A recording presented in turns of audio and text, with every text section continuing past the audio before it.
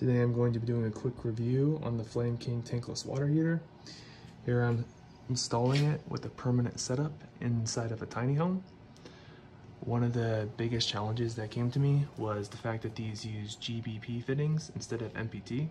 So the adapters are very hard to come by. The big box stores did not carry them, and I had to special order them.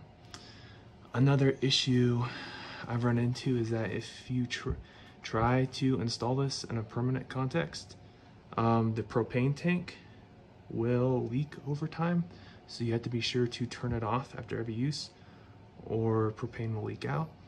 And this is a bit of a deal killer for me, so I will be replacing this unit with a different one. Another issue I've had is it's a little bit unreliable in starting, so we're going to go ahead and start it using the shower valve.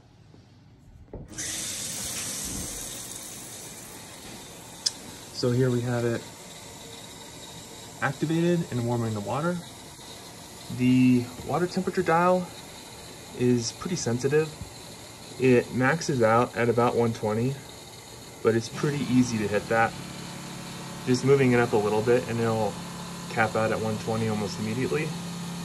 So for me, currently, the best spot is about 110, which is still at the very beginning. But part of that is because I do have it on the winter setting. So the summer setting right now is a little bit too cool for me.